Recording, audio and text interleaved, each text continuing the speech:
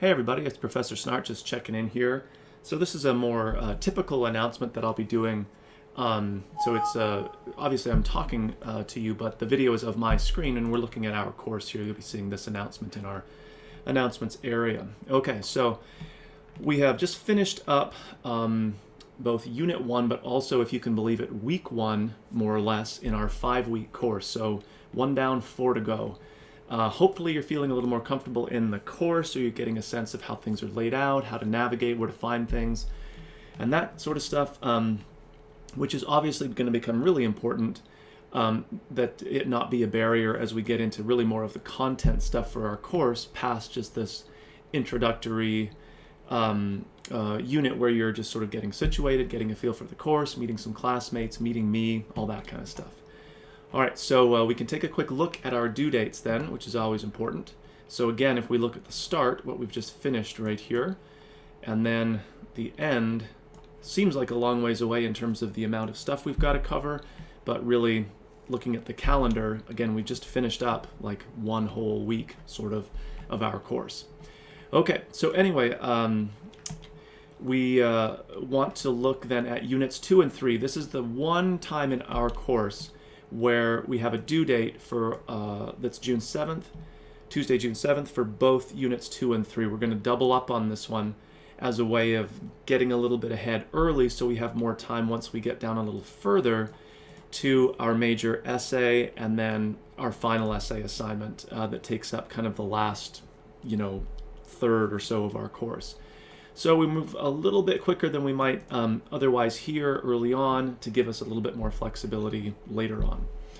Reminding everybody then that the discussion boards featuring in almost all of our units has that initial due date of noon on the, time of noon on the due date, and then replies due by the end of the day. So again, keep that in mind when you're doing Units 2 and 3, that both of those initial posts for those assignments for both Units 2 and 3 would be due by noon on June the 7th. So again, it's a pretty quick turnaround doing 2 units at the same time. So it's just kind of the nature of the 5-week course. It's sort of intensive, but it'll be done before you know it, trust me. Okay, so another thing to think about then, it's kind of related to that, but not exactly, is just a note about grading. So you can find some information about grading here in the Grading Guidelines link. There's stuff about discussion boards in particular, but also major essay assignments. The thing that I want you to always keep in mind, though, is that our course is out of 1,000 points. So if you did, let's say you did okay on a discussion board assignment, it's not stellar work, but you got it done. Maybe you got 40 out of 50 points, let's say. Or maybe it's a lot better than that, but then you get 45. And I don't like to sort of nickel and dime like, oh, this is a 41 and this is a 42. So especially for these kinds of discussion boards, I try to keep it in slightly more round numbers. So if you start to translate that, then the difference between that 40 is all of a sudden, oh no, it's 80%. Oh no, that's a B. The 45, oh, that's a 90%, that's an A. It seems like a huge difference, but really it's not. So always think about the points relative to that bigger picture of 1,000 points. If you start worrying that you're losing like 1 point or 2 or even 5, like 5 out of 1,000, it's just not that big a deal.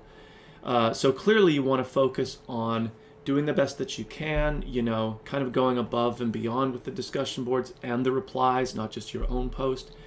But most of the real points for the course come in our first essay and then in our final essay, which we get to, literally right at the end of our course. So if you miss 5 here or a couple here and there, really not that big a deal. Obviously, if you miss a significant number or you miss a whole unit or something's late, that's a bigger issue to deal with or to be concerned with. But if you got a 40 instead of a 45, and you kind of know that maybe you didn't really go above and beyond, and you can read other posts too or look at other student home pages. If you realize yours isn't quite as good as it could have been, then, again, not that big a deal. Nothing to worry too much about. It's like 5 points, even 10 in the grand scheme of that 1,000, not a major issue. And you can remind yourself of those guidelines if you're still a little bit unclear about what makes for a really exemplary post versus just kind of getting the job done versus not really investing much effort. Truth be told, though, I mean, between you and me, we all kind of know when we haven't invested our best work or invested the energy that it takes or the time that it takes. Okay, so that's a little note on grading, just to keep everything in the perspective of that bigger 1,000-point picture. We now move into our next couple of units, which is going to be getting us a little more into the content of our course. So the fundamental readings that we do in the course are literature, for lack of a better term, but like short stories, and we'll read a play towards the end. So I don't want people to get too put off or kind of bogged down with like that whole literature term. It carries a lot of baggage, which is actually what we'll talk a little bit about in Unit 2. But fundamentally, our focus is still composition, or the writing aspect of it. The literature just gives us something to write about that's sort of a shared series of stories that we'll read together so we can all discuss them. There's lots of great research materials that we can access to bring into our research writing, which is important for our 1102 course. So it just makes for a good kind of subject or occasion for us to be doing the writing in the course. So I'm going to actually skip to Unit 3 here because that's kind of the writing focus unit. And really, in some ways, this is like the fundamental idea that we really want to learn in English 1102. And then again, like I said in my very first announcements, you always want to think about learning this stuff within the unit, right? Even though you're not writing a whole essay, but you'll apply it in when we do get to those essays. And this is like the content of the course that I'm looking for. Did you cover it? Can you now apply it in the writing situation, or can you get it right on the test? A test is an essay in our case, but it still kind of works the same way. So we have a couple of different folders here. The idea, fundamental idea, is the shape of an essay. It's presented in video format. I kind of walk you through it again so that's presented in lots of different ways. It's a way of thinking about how general statements, or relatively less specific statements, relate to relatively more specific statements, both within a whole essay, but also within body paragraphs in your essay. So I'm not going to rehearse it here because it's laid out again. You walk through in the video. You can have it in a slightly more static text-based form. There's an example to look at. So it's laid out in a number of different ways here. So you'll notice that this is fundamentally a content folder. There's no assignment necessarily right here.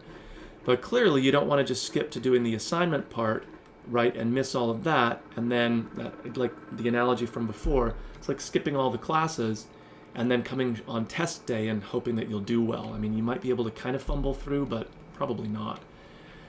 There's also a really important piece on MLA citation, which is a huge part of our course.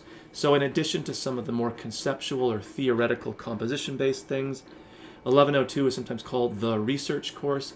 So getting MLA citation right, both in the text of your essay, but also in building a works cited page and doing the formatting correctly, it carries a lot of weight. So the glass half empty of that is if you're getting it wrong, it will significantly impact your grade. Glass half full, though, is that if you're getting it right, it has a significant beneficial impact on your grade. And truthfully, this is the nice part, is that with MLA stuff, you're not memorizing anything really. I would never expect you to just know this or just cold quiz you on it or anything like that.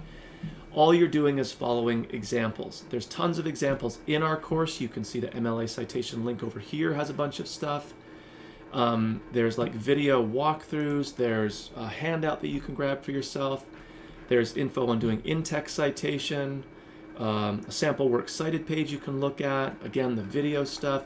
So it's all laid out for you. So hopefully you're not feeling like this is a high stakes thing, but you have no idea what to do. It's a high stakes thing, but I'm kind of walking you through most of the situations you're going to run into. So it's just a matter of following those examples. Okay, back to our unit though. The assignment piece is to read a story from our textbook. So we're beginning to use our textbook here. There's a short quiz on it. Again, of sort of low points. It just sort of draws your attention to some of the more maybe interesting features of the story that you might have missed on just a first read through. And then our first writing assignment. It's not hugely long, but it is now in that more kind of formal academic style. So you may have done really well in the Unit 1 writing stuff where you introduced yourself or did your homepage, but I wasn't really grading the writing part of that. I was grading the effort. Did you kind of, invest a little bit? Obviously, did you do it on time? Did you include pictures like with the homepage? So you may have done really well on that, but that's not a reflection of your writing necessarily. Here, though, is where we start to kind of grade the writing piece of it. And again, like I said before, I'm trying to be really, really specific about what I'm looking for.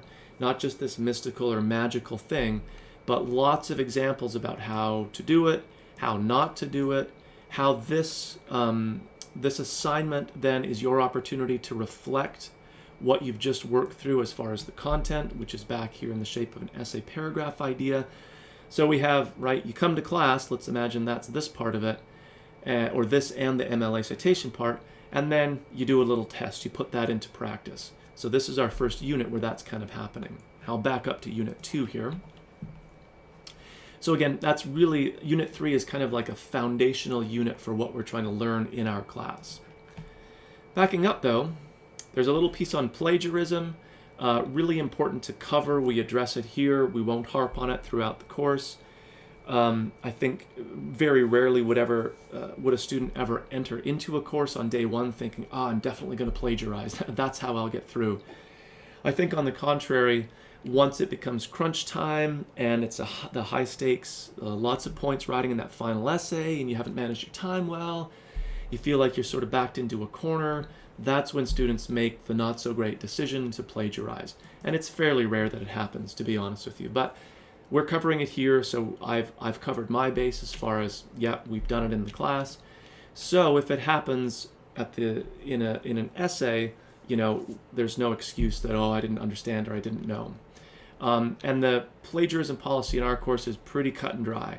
If you plagiarize, I'm probably going to catch it because it's fairly easy to find these days, and you get an F for the course. There's just no reason to do it. And like I said, I don't imagine people are watching this going, darn it, there goes my plan to plagiarize everything. I think it more happens when it does happen. People just kind of run out of time, they get a little stressed, they sort of freak out, and then boom, bad decision. Okay, so enough of that, right? A quick couple of readings, a little quiz again, just so we've covered it. And then we move on to looking at some literary terms. So since we're reading short stories in a play, it's good to have a kind of common vocabulary. And this is not really esoteric stuff. It's basic things like character, setting, narrative, the story that's being told, protagonist, antagonist, probably terms you're familiar with even if you don't use on a regular basis. But we'll want to use them as we talk about, as we do our formal writing assignments. So not anything that you have to do for me or fill in or anything like that. A brief quiz, but again, it's open book, so I'm not trying to get you to memorize this stuff, just to be sort of aware of it. And again, if you're managing your time, you're doing this open book, you've got the stuff right in front of you, it's kind of easy points in some ways. And then we have our next discussion board based on a reading that's appended here as a PDF. It's not from our textbook. I wasn't able to include it in our custom book, unfortunately, so it's just kind of added on here. Just to get us thinking about like literature. It's a loaded term, has sort of like positive connotations in some ways, but very negative or challenging ones in another. So we have a discussion board set up where we can complete this reading, but then think about like what that term means. So again, it's sort of getting the ball rolling for us a little bit as we get into Unit 3, that content, more of the writing content unit. One thing that's going to happen here is, again, you're responding to some posts, so make sure you're posting early and then returning to do those responses.